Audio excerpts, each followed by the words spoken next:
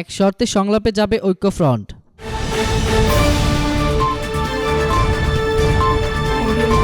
কেবলমাত্র একটি শর্তে প্রধানমন্ত্রীর সঙ্গে সংলাপে বসতে চায় জাতীয় ঐক্যফ্রন্ট, আর তা হলো একাদশ জাতীয় সংসদ নির্বাচন বাতিল করে পুনরায় নিরপেক্ষ সরকারের অধীনে নির্বাচন দেওয়া এজেন্ডা।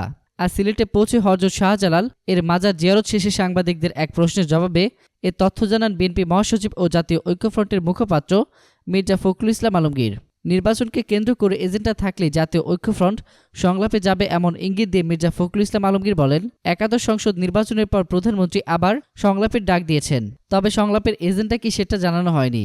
তিনি বলেন, গতবারের মতো সংলাপ হলে তা অর্থবহ হবে না। আমাদের দাবি নিরপেক্ষ সরকারের অধীনে নির্বাচন।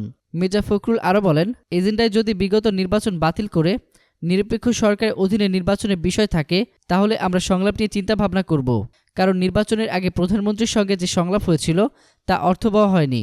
ঐক্যফ্রন্টের এই শীর্ষ নেতা বলেন, বর্তমান নির্বাচন বাতিল করতে হবে। অযোগ্য এই নির্বাচন কমিশন বাতিল করে নিরপেক্ষ সরকারের অধীনে নির্বাচন দিয়ে জনগণের সরকার গঠন করতে হবে।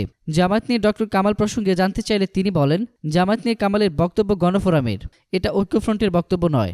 মির্জা ফখরুল বলেন, আমরা নিজেদের মধ্যে এই নিয়ে কখনো কোনো আলাপ আলোচনা করিনি। জামাত ইস্যুতে ঐক্যফ্রন্ট ফাটল ধরবে কিনা জানতে চাইলে বিএনপি মহাসচিব বলেন, ঐক্যফ্রন্টে কোনো ফাটল ধরার সুযোগ নাই, অটুট থাকবে, কারণ আমরা অভিন্ন দাবিতে একসঙ্গে আন্দোলন করছি। উপজেলা নির্বাচন প্রসঙ্গে মির্জা ফখরুল ইসলাম আলমগীর বলেন, উপজেলা নির্বাচন আসলে তো সরকার পরিবর্তন হয় না, কাজেই এটা নিয়ে এতটা গুরুত্ব দেওয়ার কিছু নেই।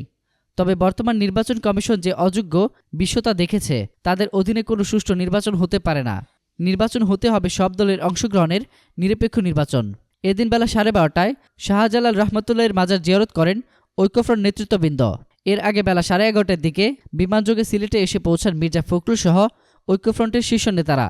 সিলেটে সফরকারী দলে আরও রয়েছেন গণফোরামের নির্বাহী সভাপতি অ্যাডভোকেট সুব্রত চৌধুরী, সাধারণ সম্পাদক মোস্তফা মহসিন মন্টু, জেএসডি সভাপতি আসম আব্দুর রব, কৃষক শ্রমিক জনতা লীগের মহাসচিব হাবিবুর রহমান বীর প্রতীক প্রমুখ। এতক্ষণ ফ্রিকি নিউজের সঙ্গে থাকার জন্য আপনাদের সবাইকে ধন্যবাদ।